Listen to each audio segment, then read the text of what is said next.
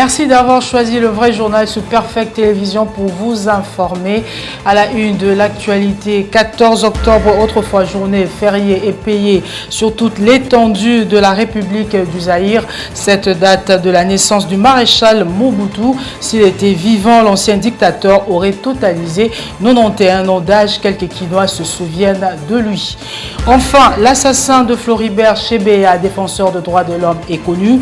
Plus de détails, c'est tout à l'heure. Désignation des futurs animateurs de la CENI. Sans surprise, les PV des 6 confessions religieuses a été retenu à l'Assemblée nationale. Quelques politiques n'ont pas manqué de réagir. Bonne nouvelle pour tous les ressortissants de Kibombo dans la province de Maniema, car Salomon Kalonda Dela a décidé de moderniser ce village. C'est tout pour les titres. Merci de nous suivre. Procès Floribert Chebeya Bazana à la cour militaire de la prison de Ndolo. Un des prévenus de ce double assassinat est passé aux aveux. Philippe Vumpi pour plus de détails. Suivez.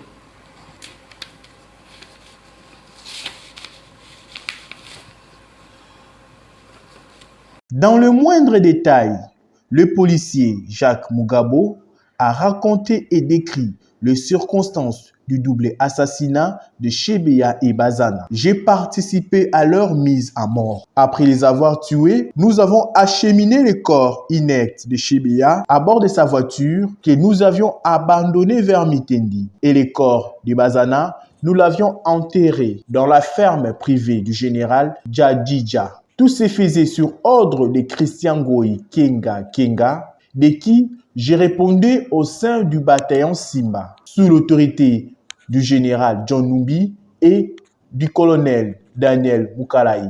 Après le crime, nous sommes allés à la résidence de Mukalayi pour fêter et chacun de meurtriers a été récompensé de $50, a-t-il témoigné. Et pendant ce procès, Christian Goy Kenga est resté dans sa cellule, refusant de comparaître. Dossier RAM à présent. Après avoir boycotté la plénière suite au rejet de la motion de défiance contre le ministre de Pétantique Augustin Kibasa Maliba, les députés nationaux du Front commun pour le Congo, FCC en sigle, ont annoncé une motion de censure contre le gouvernement Samalou Kondé. Plus de détails dans cet élément de Philippe Vumpi. Suivez. L'Union sacrée veut assujettir cette population à une taxe totalement illégale. La taxe RAM, qui n'a ni traçabilité, ni soubassement juridique quelconque. Voilà pourquoi les députés nationaux du Front commun pour le Congo, derrière son autorité morale Joseph Kabila Kabange, nous disons ceci, que la population n'est pas seule. Nous, les FCC, nous sommes avec vous. Voilà pourquoi nous avons vidé cette salle, parce que cette messe noire, nous n'allons pas y participer. Et nous vous annonçons de manière solennelle que nous passons à la vitesse supérieure. C'est-à-dire qu'au lieu de voir uniquement le ministre de Pétantique, nous allons désormais commencer à récolter des signatures pour une motion de censure contre tout le gouvernement Samalou Kondé. Toujours en rapport avec le rejet de la motion de défiance initiée contre le ministre des Pétantiques Augustin Kibasa Maliba, rencontré dans les rues de la capitale, les Quinois n'ont pas manqué de s'exprimer au micro de Bekim Belou et Kevin Loukela. Suivez. Il y a un problème plénière, Bakotaki Réunion à Bango, selon Nengue Tozoloba Naram. Moi, je ne suis pas d'accord sur la réalité. À l'époque, tout ça là qui n'a pas RTL, tout ça n'a pas TLSL, tout ça n'a pas TLSL, tout ça là il y a programme, il y a RAM. Il y a un problème, ce qui excellence, qui bat ça. Bango bakenda rapoto na ba réaction selon ba contrat na bango ba signaka na ba société oyo ezo ya ko signer na gouvernement o itali makambo ya communication tout ça d'accord te soki maboko nyonso oiza selon la gouvernement président de la République il faut azwa ba charge ya ba makambo wana bango bali biso communication na mboka selon ba corps na bango ba contrat o baza ko signer na libanda ya mboka. Alors okosomba unité biso to ba pauvre malheureux peut-être les ba oya nango omona osombisa unité 200 unité 500 unité okolamuka na tongo unité nyonso ezate baza koyolela ba 10% na bango ou bien ba pourcentage na bango Ramazo yi banga petit peuple na ko tama crédit na nga 1000 fois na benga ta ba masa na nga ta ba famille na nga ba ndeko na nga ozinga tout obi pa chef na mutema nga na patron te na débrouiller tanga débrouiller na 1000 fois na tima crédit na nga ça pour ba faire na ngai.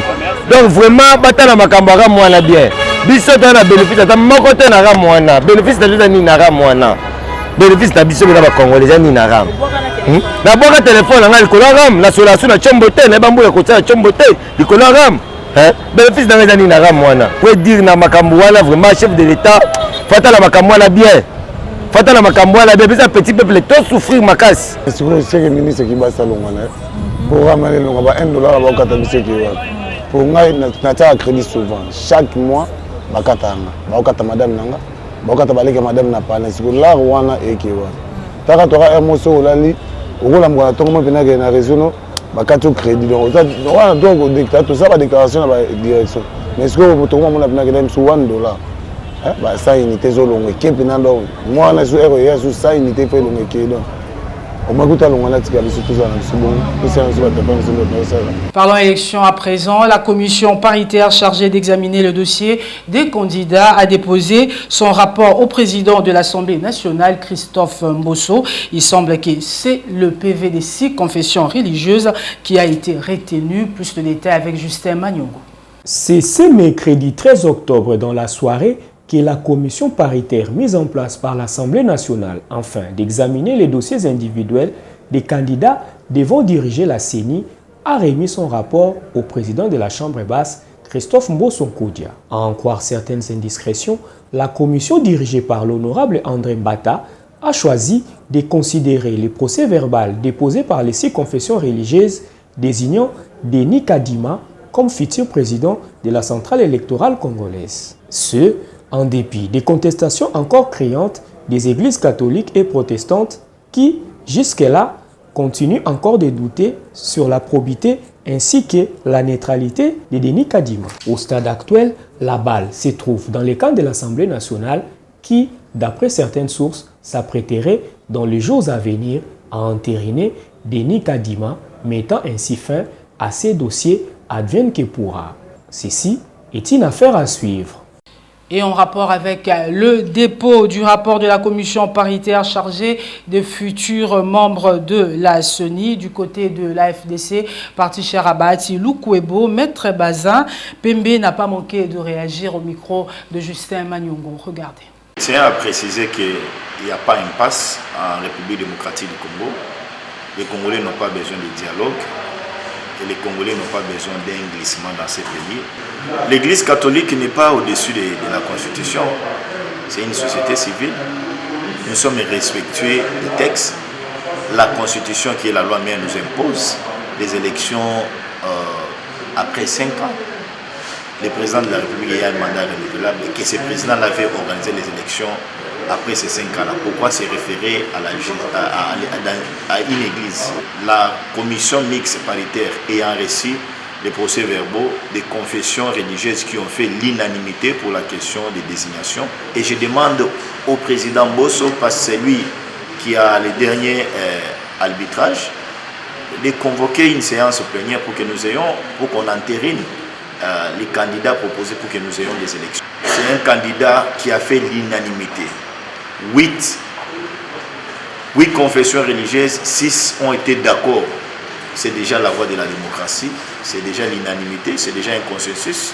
Éducation à présent, le syndicat national des enseignants des écoles catholiques, Synécat en sigle, et les syndicats des enseignants de la RDC comptent porter plainte ce jeudi 14 octobre 2021 contre le ministre de l'enseignement primaire, secondaire et technique, Tony Mwaba, devant la Cour de cassation. Plus de détails avec Bekim Belou. Suivez.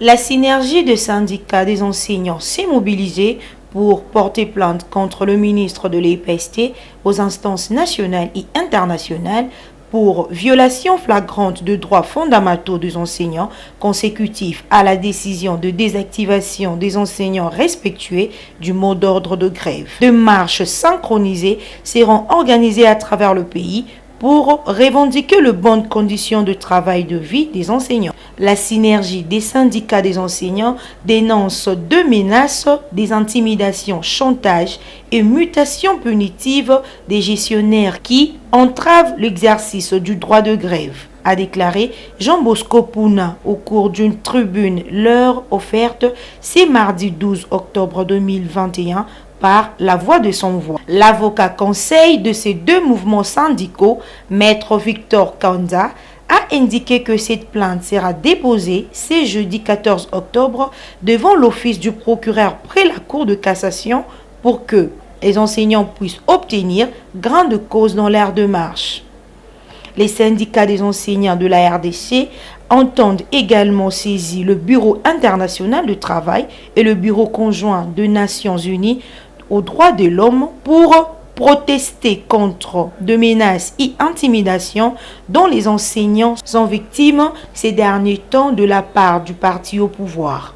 Les syndicats des enseignants de la RDC entendent également saisir le Bureau international du travail et le Bureau conjoint des Nations Unies aux droits de l'homme pour protester contre de menaces et intimidations dont les enseignants sont victimes ces derniers temps de la partie du pouvoir en place. Ces menaces et intimidations reposent sur la décision du ministre Tony Mwaba Kazadi de désactiver des enseignants grévistes sur la liste de paye. Rappelons que il y a une question orale avec débat déposé par la sénatrice Francine Mouyumba au niveau du bureau du Sénat.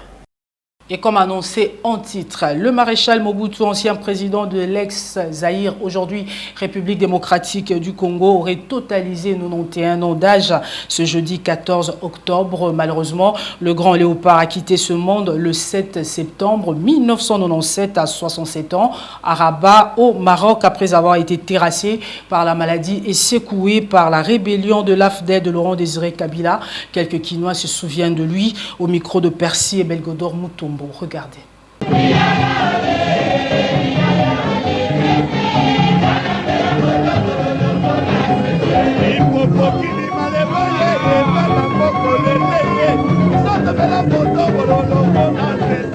Mobutu est resté parce qu'il a vécu dans une période de la dictature qui a émaillé toute l'Afrique. Mais à la fin, il progresse pendant 32 ans de pouvoir. Mais sous une dictature que nous ne comprenions jamais, parce que cette dictature a entouré pratiquement toute l'Afrique. Et c'est pourquoi l'héritage que nous pouvons garder de bons souvenirs, c'est seulement l'unité, l'unité du Congo. Il a fait un effort pour que les Congolais puissent circuler librement sur le territoire national. Ça, c'est le point le mieux. C'est une bonne cotation pour Mobutu. L'anniversaire ya Mobutu, souvenir na ye mwana mbandaka, asali pe souvenir mingi na mbandaka, asalisi pe bato, nasepelaki pe mingi na lera ya kala, asalaki mingi, amakaki ngai loka naye na makambo ebele ya koloba te, ka Nzambe apesa ye pe place apema na kimia. Mobutu nous avait laissé un souvenir sur lequel le Congo n'était pas vraiment divisé. Nous étions unis. Mobutu, c'était un président à respecter.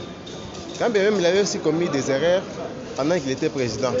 Maintenant, à notre époque, nous reconnaissons cet homme-là parce que ce monsieur-là, Mobutu Sese Mokoumé Zabanga, il avait même insisté de ne pas oser, en aucun cas, de couper ce pays ici.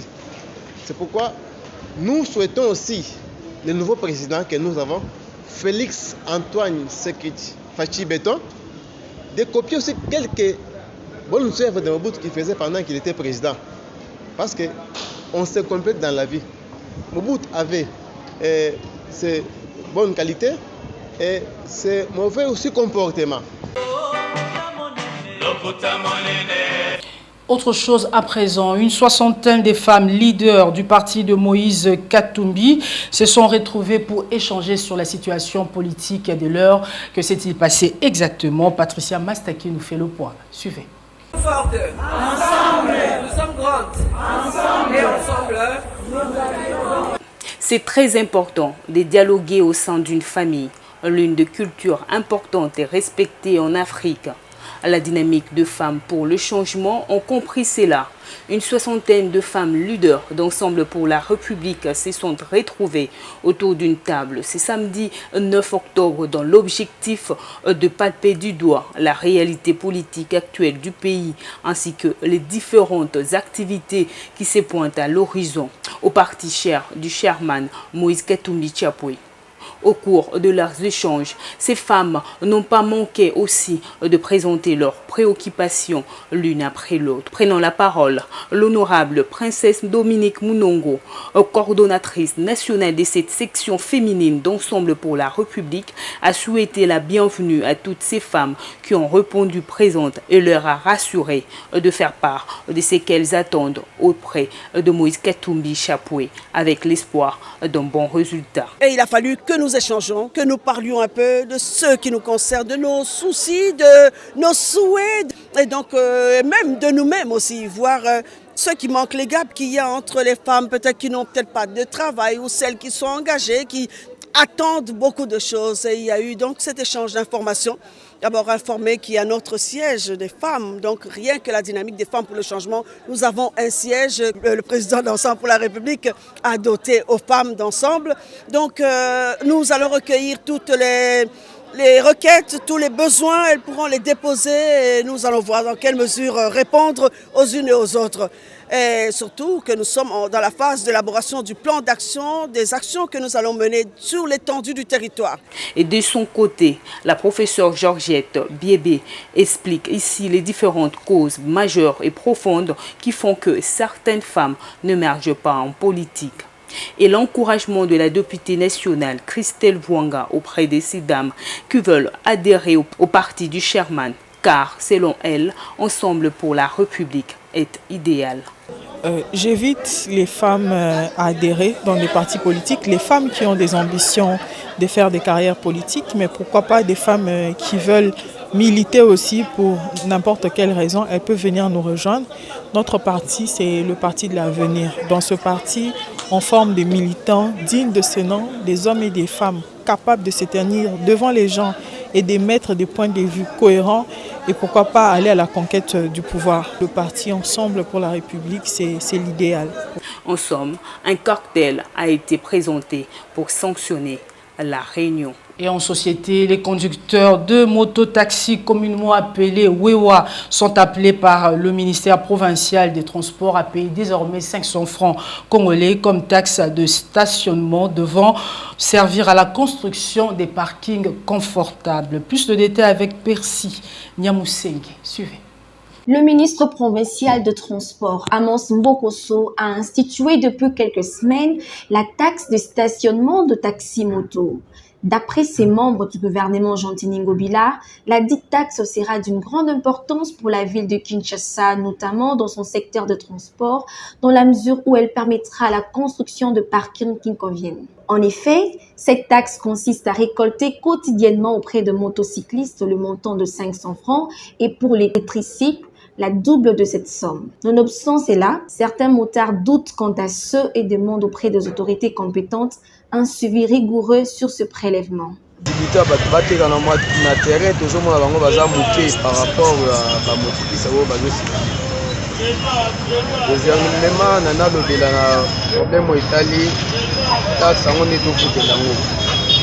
Il faut que si y a 500 par jour qui bon l'État, nous allons nango examiner. Les autres servir biso ba motard na nini.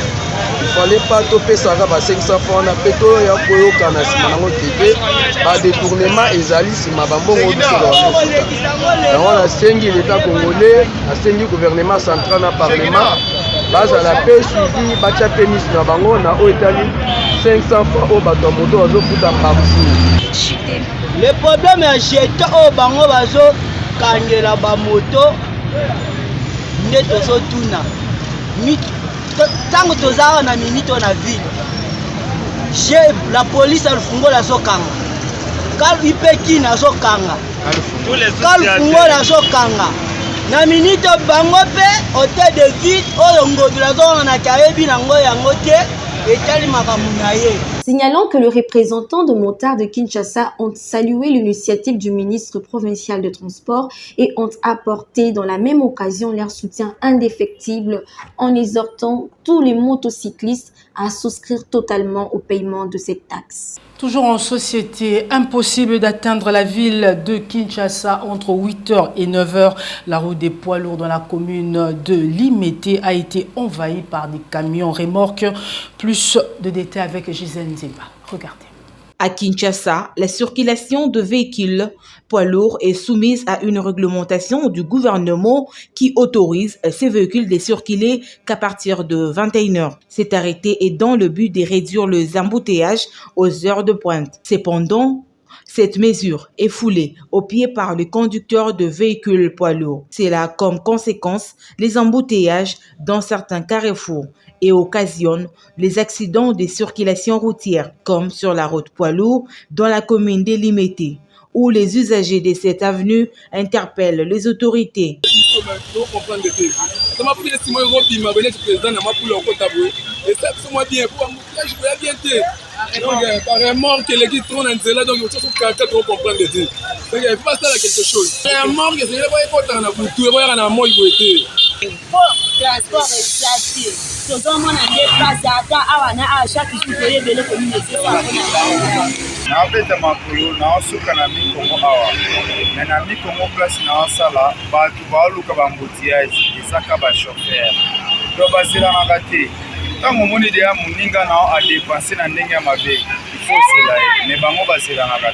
Les autorités provinciales sont invitées à appliquer ces décrets afin d'éviter les embouteillages. Au moins 400 mètres cubes des biens collectés par la diaspora congolaise se retrouvent bloqués dans un dépôt du centre paroissial de l'église Bon-Berger à Bruxelles, en Belgique. C'était collecté en faveur des sinistrés de la dernière éruption volcanique de Nirangongo à Goma dans la province du Nord Kivu. Décryptage avec Gisèle Ngeba. En effet, c'est sous l'initiative de 3 Congolais, 15 Mangolopa, Didier Mouzalia et Floribert Mbeleko, que l'organisation SOS a été créée à la suite de cette éruption volcanique intervenue au mois de mai dernier en vue de collecter des dons en faveur des sinistrés et autres victimes de cette catastrophe naturelle. Je suis un des organisateurs des SOS Goma. SOS Goma, c'est une organisation que nous avons créée suite à l'éruption volcanique du mois de mai passé à Goma, le 22 mai. Et nous, au niveau de la diaspora, nous nous sommes mobilisés pour dire les nôtres, ils viennent d'avoir un problème et nous devons chercher un moyen de les venir en aide. Et c'est comme ça que nous avons créé SOS Goma. La difficulté est que nous avons des problèmes d'acheminer ces dons auprès des sinistrés de Goma. On devait collecter 100 mètres cubes au départ, que l'armée belge nous avait promis d'amener jusqu'à Goma pour soutenir les sinistrés. Mais avec l'appel que nous avions fait, nous avons collecté 500 mètres cubes. Donc, du coup, tout ça, c'est ce qui nous reste ici, c'est 400 mètres cubes. Les surplus. Les surplus. Et nous, on s'est dit, les gens sont vraiment dans les besoins. Ça serait vraiment, ça nous ferait mal que ces choses aillent à la poubelle. Et pourtant, les gens en ont besoin à Goma. Et c'est des choses qui ont été collectées avec amour, avec vraiment beaucoup de soins que les gens ont trié ces histoires. Et donc, ça nous ferait mal que ça reste ici et que ça puisse aller soit à la poubelle et les gens vraiment en ont besoin. À la question de savoir si le ministère des Affaires sociales a été contacté, Kanz Mangolopa déclare que depuis qu'ils ont envoyé la lettre au warrior Modeste Moutinga, ils sont sans suite jusqu'aujourd'hui. Nous avions fait la démarche dès le départ pour demander au ministère des Affaires sociales s'ils peuvent nous aider. Nous avons envoyé une lettre et nous n'avons jamais eu de suite concernant cette demande. Et nous avons été à Goma avec les premiers lots, avec les premiers lots de marchandises que l'armée belge a amenés. Nous avons encore tenté de rencontrer le ministre pour lui parler de ces projets ici, mais nous n'avons jamais eu de rendez-vous au niveau de Kinshasa. Il lance par la même occasion un appel aux organisations et personnes de bonne foi en vue d'aider SOS Goma à évacuer tous ces dons qui traînent au centre paroissial du Bon Berger vers le bénéficiaire à Goma et qui commencent à gêner l'hospitalité du prêtre belge ayant cédé gratuitement les locaux pour l'entreposage. Le ministère chrétien du combat spirituel du couple Olangui se prépare à commémorer son 30e anniversaire. Plus de détails avec Père Signa Moulengue et Jojo Moulamba. Regardez. De prime abord, l'ouverture a été marquée par un mot de circonstance et de remerciement du président de la fondation Olangui Osho, Papa Alain Gabriel Olangui. Chers frères et sœurs journalistes, je tiens avant tout à vous saluer et à vous souhaiter bienvenue ici à la Cité de Triomphe, cité qui vous accueille dans la joie, dans la paix et dans l'amour de Jésus-Christ. Et j'aimerais vous remercier d'avoir répondu nombreux à cette conférence de presse qui va annoncer officiellement le 30e anniversaire du ministère chrétien du combat spirituel de la fondation Olangui Osho. Oui, 30 ans, ça se fête. Le ministère chrétien du combat spirituel a vu le jour en 1991 et aujourd'hui nous sommes en 2021. Précisément le 10 mars 1991 que ce ministère a vu le jour. C'est ainsi donc un plaisir de vous recevoir pour pouvoir vous annoncer officiellement et solennellement ces célébrations qui auront lieu à partir du 17 jusqu'au 31 octobre. Suivi d'une séance questions-réponses de journalistes en l'endroit du président de la fondation Olangui Osho. Après le départ des parents, vous le savez très bien, on a connu les turbulences, mais Dieu a été au contrôle. Il a été au contrôle et ce ministère tient toujours debout. Organiser les 30 ans est justement une célébration où nous appelons tout le monde qui se sont refroidis, que ce soit pendant les parents ou bien après les parents. Nous voulons que tout le monde saisisse cette opportunité pour que ce Dieu qu'ils ont connu fasse encore davantage dans leur vie et pourquoi pas ne pas revenir au lieu qui les a nourris. Donc ces 30 ans, tout le monde est le bienvenu pour encourager le peuple de Dieu, pour édifier le peuple de Dieu. Pareil pour le Centre Peniel Mondial qui organise le 5e symposium international qui va se dérouler à partir du 24 au 31 octobre. Et enfin, cette bonne nouvelle, Salomon Kalonda, un des proches de Moïse et Katumbi, s'inspire de Kachobwe village natal du président de Ensemble pour la République. Il a modernisé son village Kibombo dans la province du Maniema. Regardez.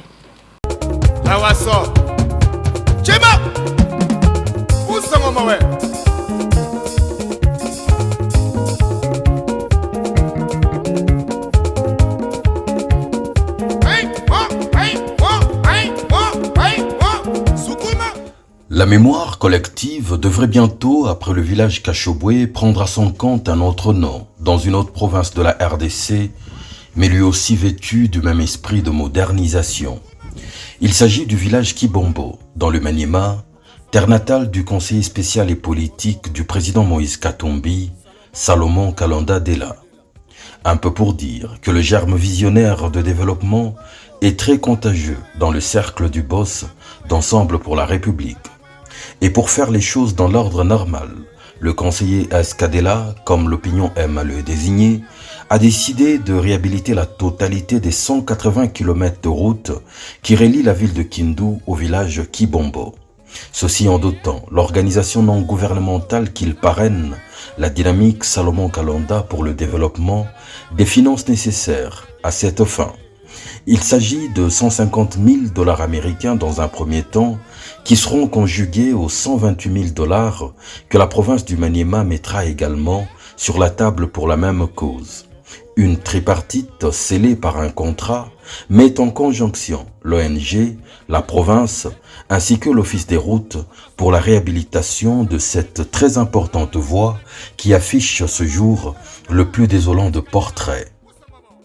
Avec des rivières d'eau qui la serpentent et la coupent, des ravins béants qui la piègent en plus d'une station, kilomètre après kilomètre, rendant pénible le quotidien de quiconque s'y aventure.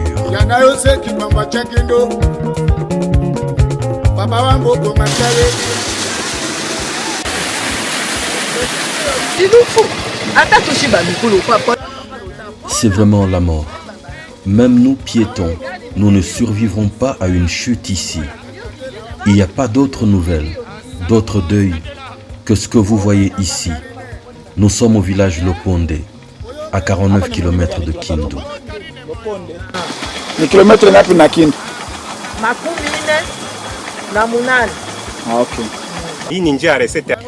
C'est une route de desserte agricole. S'il y a de la famine à Kindu, c'est à cause du mauvais état de cette route. En certains tronçons, ce sont 2 heures tout entières qu'il faut pour parcourir seulement 3 km. Les chefs coutumiers des nombreux villages qui longent la route font savoir leurs inquiétudes et l'espoir de voir un fils du coin enfin intervenir. La première des choses est de le remercier pour avoir pensé à sa terre natale. On ne sait pas évacuer nos récoltes vers Kindu. Les enfants souffrent beaucoup. La route est détruite. Nous avons déjà enterré autour de 6 personnes, des motards. Nous implorons notre fils à nous réhabiliter cette route, qu'il prenne courage et ne nous abandonne pas, parce que lorsque l'un de nôtres est élevé, il nous faut aussi en profiter. Bon, message à Salomon. Salomon, tu l'as dit à Kwanza, et mtoto wa Kibombo. Salomon, on le connaît. C'est un enfant de Kibombo. Son initiative est bonne. Il y a très longtemps qu'il est parti d'ici. Nous entendons parler de lui de loin. Nous le soutenons dans sa quête de moderniser Kibombo. C'est un fils d'ici. Tu as Salomon a Kalamo. Apike territoire de Keleso, apombaka ke ekoloe moche, bashi tombo toyo kemanye la loto pourrait avantageusement permettre l'évacuation des fruits de la récolte vers Kindu et absorber conséquemment le gros des besoins alimentaires. Ainsi que le montrent ces images, aucun véhicule, encore moins les gros tonnages, ne peuvent s'y aventurer. Pour seul moyen de transport, les vélos et les motos règnent en maître.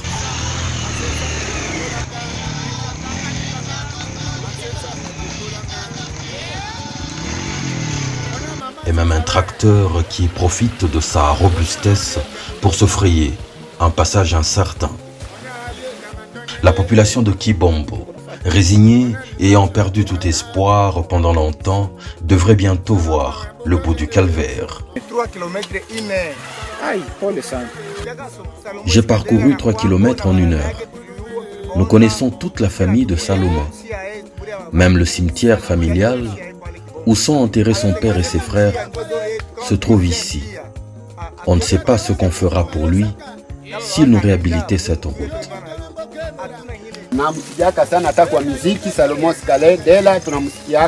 On entend parler de lui, même à travers des chansons. Nous sommes contents car il n'est pas facile de sortir de l'argent de sa propre poche. Jour de faste, l'occasion du lancement des travaux.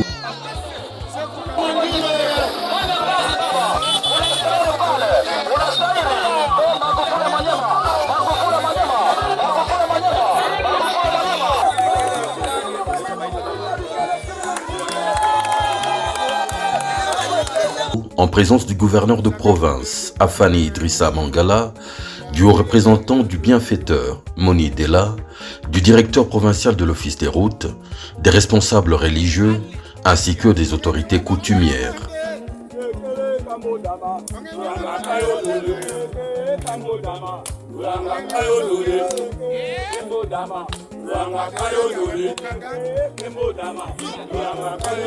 C'est officiellement.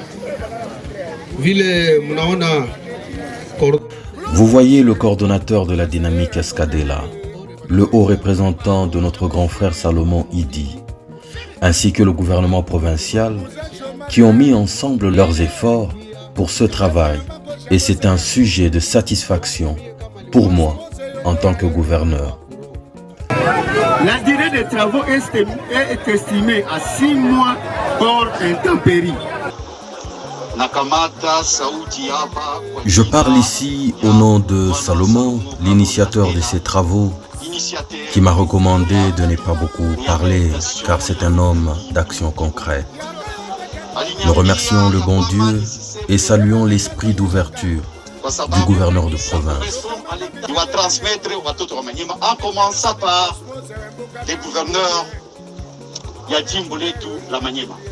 Bwana Salomon Kalonda Dela anyambia nikushukuru sana. Nikushukuru sana kwa esprit yako ya ouverture.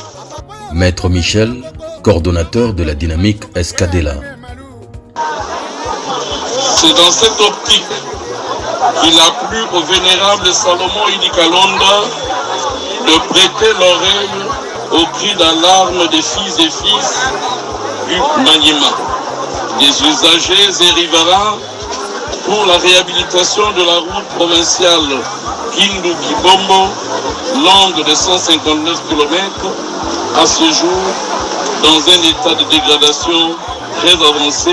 Vous êtes sans ignorer que la route Kindu-Kibombo a été jetée dans les oubliettes depuis des décennies. Mais aujourd'hui, un digne fils de cette province a entendu le cri d'alarme de ses frères et sœurs, surtout les agriculteurs. Le conseiller Escadela, à travers son ONG de développement, rejoint donc la caste rare des Congolais qui ont décidé d'offrir le visage de la modernité à leur village natal. Lui-même inspiré par son mentor, le président Moïse Katumbi, qui l'a précédé sur cette voie, à Kashobwe. Et il ne s'arrêtera pas à réhabiliter la route. Il a voulu s'assurer que l'ouvrage résistera aux aléas du temps et de la nature en disponibilisant d'emblée annuellement 100 000 $ américains pour des travaux d'entretien et de cantonnage manuel. Comme c'est le cas à Kashobwe, qu'il prend en exemple, le conseiller spécial a déjà acquis un vaste domaine à la végétation luxuriante au bord du majestueux fleuve Congo, saisissant sites sur lesquels il se bâtira également sa résidence de retraite en modernisant les alentours du même coup.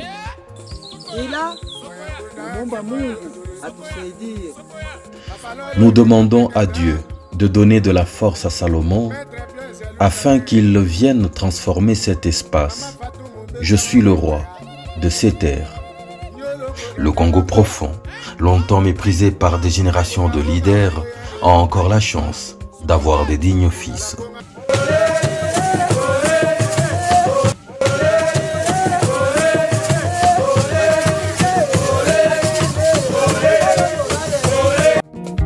Salomon Kalonda Escadela.